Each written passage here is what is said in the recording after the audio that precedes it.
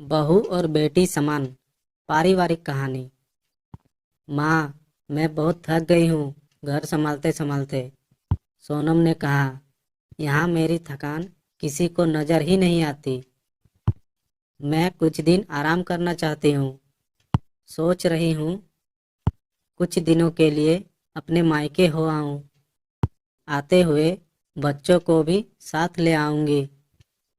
वे वहीं से स्कूल चले जाएंगे। आखिर एक ही शहर में ससुराल और मायका होने का कुछ तो फायदा मिले। सोनम ने फोन पर अपनी माँ से कहा। सोनम की माँ पार्वती जी ने दूसरी तरफ से कहा, हाँ बेटा, जब तेरी इच्छा हो आ जाना। आखिर ये तेरा भी तो घर है। ठीक है माँ, तो मैं कल ही आ जाऊंगी। सोनम खुश होके बोली, हाँ बेटा, कल आ जाओ, मैं तुम्हारा इंतजार करूंगी। अभी मैं फ़ोन रखती हूँ, मुझे मंदिर भी जाना है। सोनम की माँ ने कहा। सोनम की माँ ने फ़ोन रख दिया और सीधे किचन में गई। किचन में खाना बना रही अपनी बहू से बोली, अरे आरती, सुनो, कल तुम्हारी ननद आ रही है। आज बाजार जाकर फल, सब्जी और मिठाइयाँ लेकर आ जाना। बेचारी मेरी बेटी ससुराल में नौकरों की तरह काम करती है और उस पर कोई ध्यान ही नहीं देता। यहाँ आएगी, कुछ दिन रहेगी तो उसका मन और तबीयत दोनों अच्छे रहेंगे। सास के मुंह से ऐसी बातें सुनकर आरती का चेहरा उतर गया। वह मन ही मन सोचने लगी, काश आपको मेरी थकावट भी नजर आती। मैं भी दिन रात झाड़ू पोछा, बर्तन, खाना बनाना, मार्केट जाना और हर वो काम करती हूँ जिससे हमारे परिवार वालों को कोई दिक्कत ना हो। काश आप मुझ पर भी ध्यान दे पाती।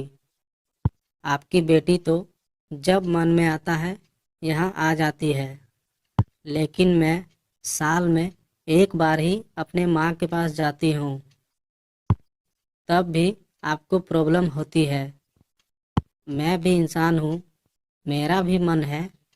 मुझे भी लगता है अपनी माँ के पास जाकर थोड़ा आराम करूँ, सुख दुख की दो चार बातें करूँ, अपना मन हल्का करूँ।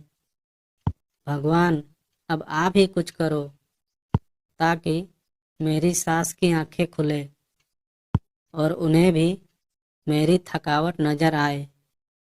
शाम तक जैसे भगवान ने आरती की सुन ली और उसकी ननद सोनम का फोन आया।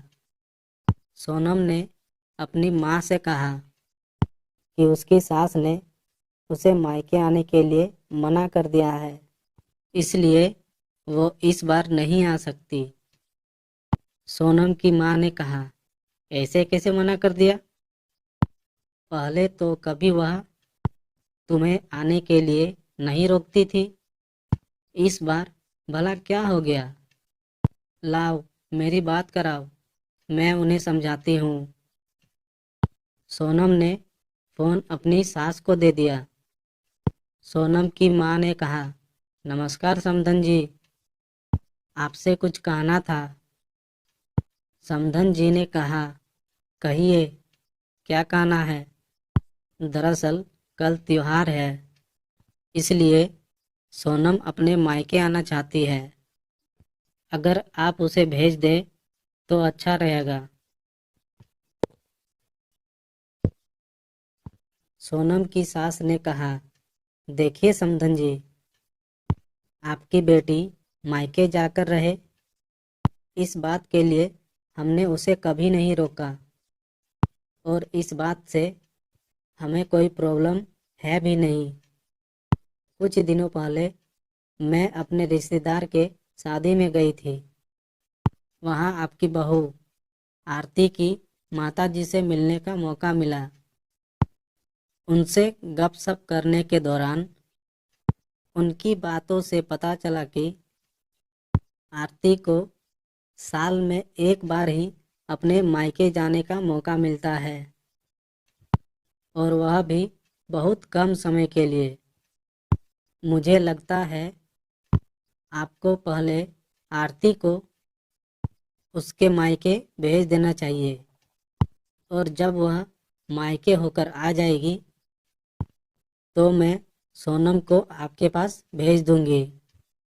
एक बहुत ज़रूरी बात जो मुझे लगता है आपको समझ लेनी चाहिए कि आपको अपनी बहू को भी बेटी की तरह या बेटी से ज़्यादा प्यार देना चाहिए। उसे भी अपने मायके जाने की इच्छा होती होगी। हो सकता है सोनम के वहाँ आने से उसकी आव भगत करने के लिए आप उसे उसे मायके नहीं भेजती होंगी, या फिर वो आपसे कुछ कहने से भी डरती हो। अगर आप उसको घर में ही कैद रखेंगी तो एक दिन ऐसा आएगा जब वह आपके खिलाफ बोलने लगेगी। फिर वह आपकी सुनेगी भी नहीं, और जब चाहे तब अपने मायके जाएगी। ऐसी परिस्थिति आए, इससे अच्छा है कि आप ही कुछ बदलाव अमल में ले आए, जिससे आपका रिश्ता और रिश्ते की मिठास खराब ना हो।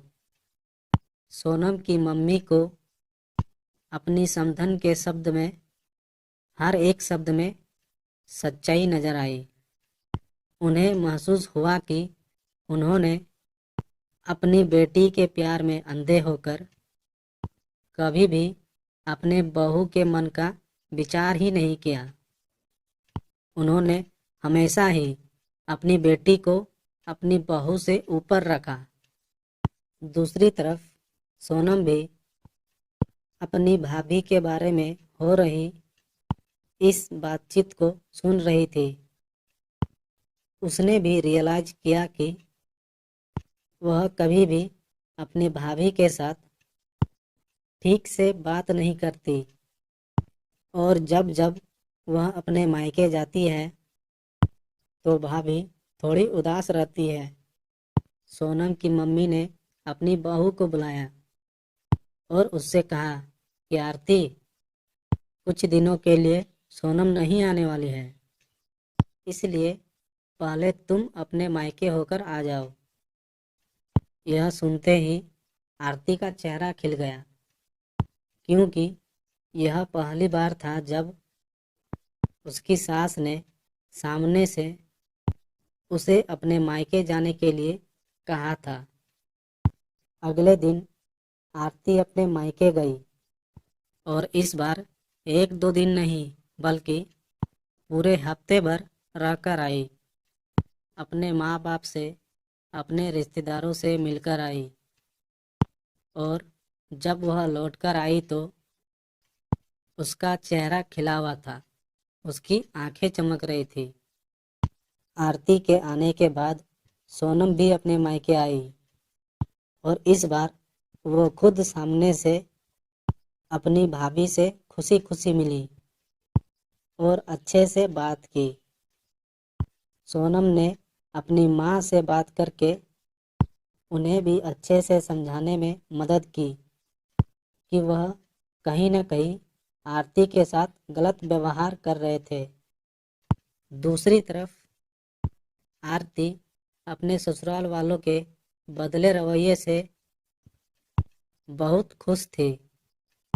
अब वह खुशी खुशी सबका ध्यान रखती और हर काम प्यार से करती।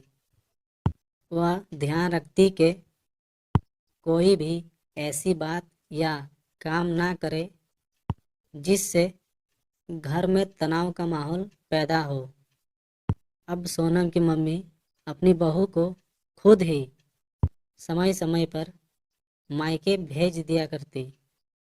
एक छोटे से बदलाव ने सास बहू और ननंद भाभी के बीच की कड़वाहट को दूर कर दिया और रिश्तों को और भी ज़्यादा मीठा और मजबूत कर दिया।